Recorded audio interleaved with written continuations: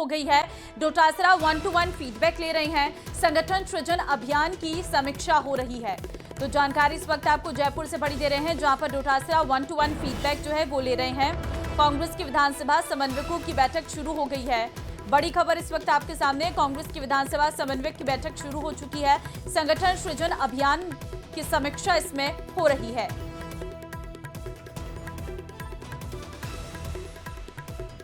राजस्थान की सभी 200 विधानसभा सीटों पर जो समन्वयक लगाए गए हैं, प्रभारी लगाए गए हैं, सभी से 1-to-1 संवाद किया जा रहा है और फीडबैक लिया जा रहा है। एक बड़ा एक तरह से चिंतन और मंथन कांग्रेस की ओर से किया जा रहा है, जिसमें अलग अलग संभाग के हिसाब से सभी को समय दिया गया है। तैयारी पूरी है। जो पीसीसी चीफ हैं गोविंद सिंह डोटासरा 1-to-1 संवाद करेंगे। महासचिव जसवंत गुर्जर हमारे साथ में मौजूद। सर, किस तरह से आप इस पूरे घटनाक्रम को देखते हैं और क्या तैयारी रहेंगी, क्या महत्वपूर्ण बिंदु रहेंगे बैठक में? देखिए, संगठन सर्जन का इस वर्ष हमारा संकल्प है ना, और राष्ट्रीय नेतृत्व ने हमें कहा है कि इस वर्ष का जो है वो संगठन सर्जन के तहत हमारा ये वर्ष मनाया जा रहा है। तो उसके तहत हमारा आज ब्लॉक, मंडल है ना, बूथ स्तर पे हमारे जो विधानसभा में ऑब्जर्वर्स लगाए गए थे, उनकी जो फीडबैक रिपोर्ट्स, उसके ऊपर अध्यक्ष जी एक एक व्यक्ति से उसकी विधानसभा का फीडबैक लेंगे कि भाई वहाँ पे कार्यकारिणी का क्या हुआ, क्या वहाँ के अनुभव है ना, उनकी मीटिंग्स कैसी रही, उन सभी के बारे में विस्तृत रूप से अध्यक्ष जी की 1-to-1 मीटिंग रहेगी। कुछ टास्क भी दिए थे पिछली बैठक में, अगर ध्यान हो तो उनका भी कहीं ना कहीं देखा जाएगा कि परफॉर्मेंस क्या रहे। सभी चीजों को लेकर अध्यक्ष जी का संवाद रहेगा, तो अध्यक्ष जी खुद 1-to-1 पर्यवेक्षक से बात करेंगे और उनको दिए गए काम के बारे में उनकी प्रगति रिपोर्ट लेंगे, साथ ही उनसे उस क्षेत्र का फीडबैक भी लेंगे। बहुत बहुत शुक्रिया आपका। तो आप देख सकते हैं कि यहाँ पर सभी विधानसभा सीटों के और जहाँ जहाँ जिम्मेदारियां तय की गई हैं वो सभी लोग पहुंचना शुरू हो गए हैं और कांग्रेस की जो कोर टीम है इस पूरे महत्वपूर्ण जो है मंथन को एक तरह से पूरी तरह से व्यवस्थित कर रही है। संभागवार बैठकों का दौर रहेगा, सभी को अलग अलग संभाग के हिसाब से समय दिया जाएगा। पिछली बैठक के अंदर कुछ महत्वपूर्ण टास्क दिए गए थे, जिसमें संगठन को मजबूत बनाने और संगठन वर्ष के जो कांग्रेस की थीम है उसको राजस्थान में एक तरह से देखा जाए गांव-गांव, ढाणी-ढाणी तक पहुंचाने की बात की गई थी। अभी जो वर्तमान परिस्थितियां हैं, जिसमें पंचायती राज के चुनाव के नतीजे हैं और दूसरे जो हालात हैं और जो पार्टी के दूसरे अभियान है, संविधान बचाओ वगैरह, उन तमाम चीजों का फीडबैक भी यहाँ पर लिया जाएगा। कैमरा पर्सन अविनाश के साथ में अरबाज अहमद, न्यूज़ 18 के लिए जयपुर से।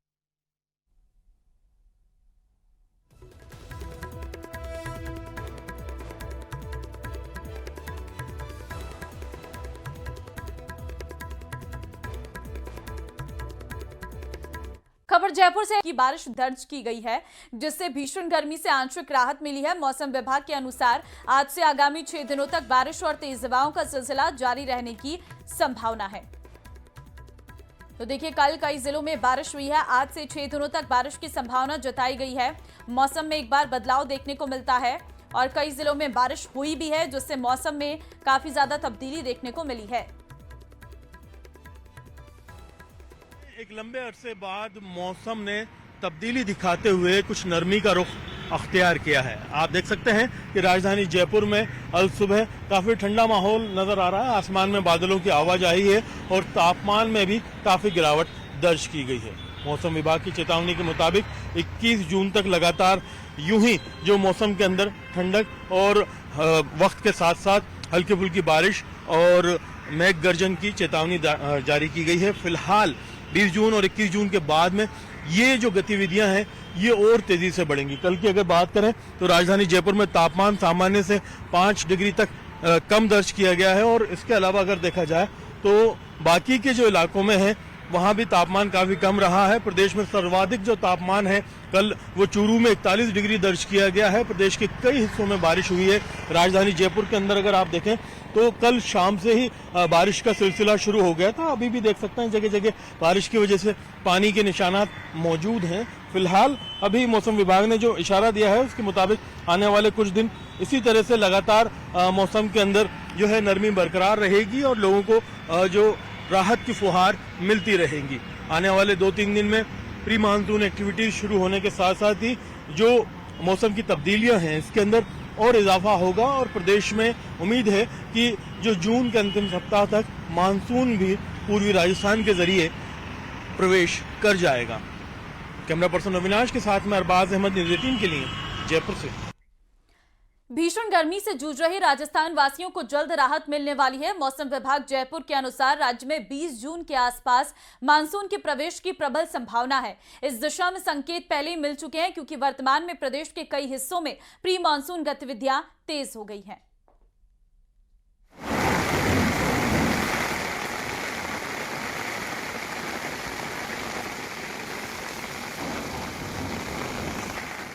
जब आसमान से आग बरस रही हो और धरती भट्टी की तरह तप रही हो, तो इंसान बेजुबान की नजर आसमान की तरफ ही उठती है, क्योंकि राहत वहीं से आती है। रविवार को आसमान से राहत की बूंदें बरसी।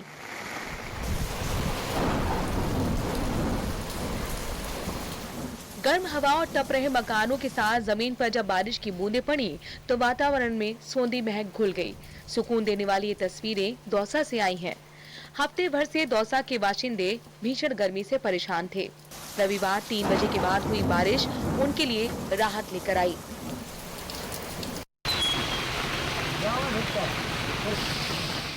जलती चुपती गर्मी में बारिश की बूंदें आंखों को सुकून देती हैं। तस्वीरें अलवर की हैं। रविवार दोपहर बाद शहर में झमाझम बारिश हुई। पिछले 5 दिनों से 45 डिग्री के ऊपर चल रहे तापमान और उमस भरी गर्मी से परेशान लोगों ने राहत की सांस ली। करीब 40 मिनट तक कभी रिमझिम तो कभी तेज बारिश होती रही। बारिश के बाद तापमान में कई डिग्री की गिरावट दर्ज की गई।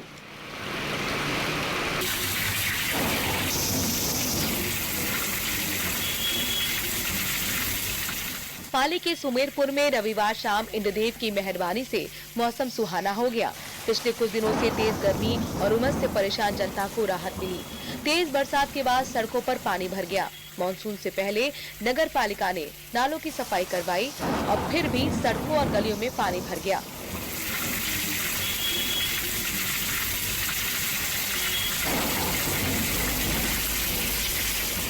राजस्थान में भीषण गर्मी के बीच प्री मानसून बारिश राहत देने वाली है।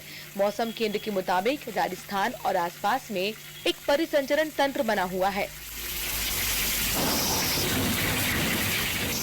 और एक पश्चिमी विक्षोभ भी सक्रिय है।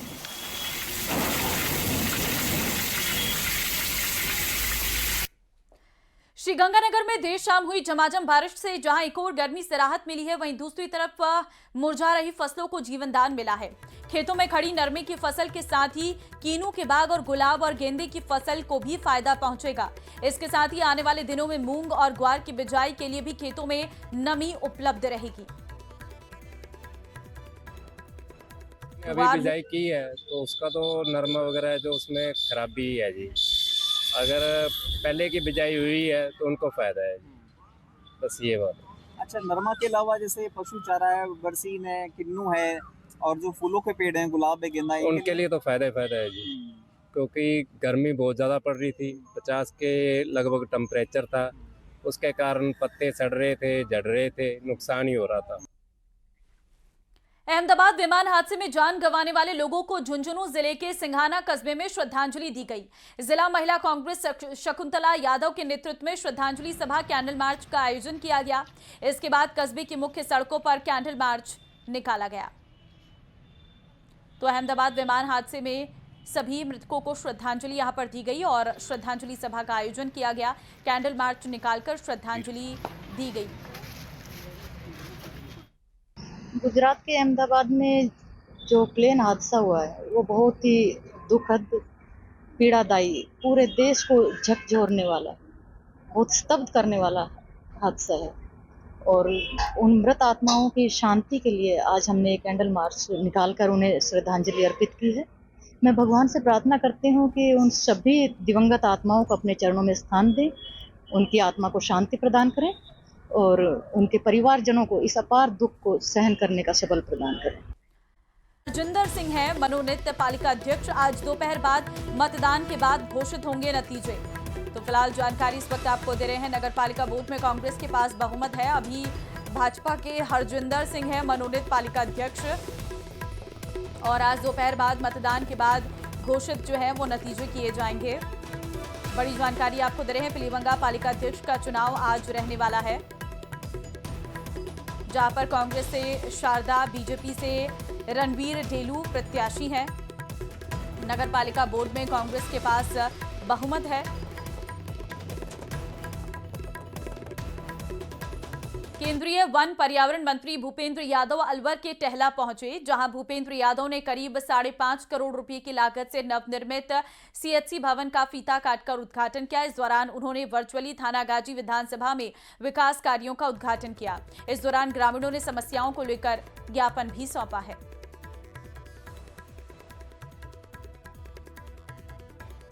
जो विमान का हादसा हुआ उसमें हमारे गुजरात के पूर्व मुख्यमंत्री और भारतीय जनता पार्टी के राष्ट्रीय उपाध्यक्ष श्री विजय रूपाणी जी की दर्दनाक तरीके से उस दुर्घटना में देहांत हुआ। उस दुर्घटना में सवार कर रहे यात्री, विमान को चलाने वाले क्रू मेंबर और सबसे बड़ी बात, जो बगल में मेडिकल कॉलेज में जो बच्चे दोपहर के समय में बैठकर भोजन कर रहे थे, उनकी जो मृत्यु हुई है उसके प्रति हार्दिक संवेदना और श्रद्धांजलि व्यक्त करता हूं। इस अवसर पर बहुत ज्यादा गर्मी है, लेकिन उमस भी है, तो चिंता मत करो, बारिश आएगी, थोड़ा टिक के बैठो।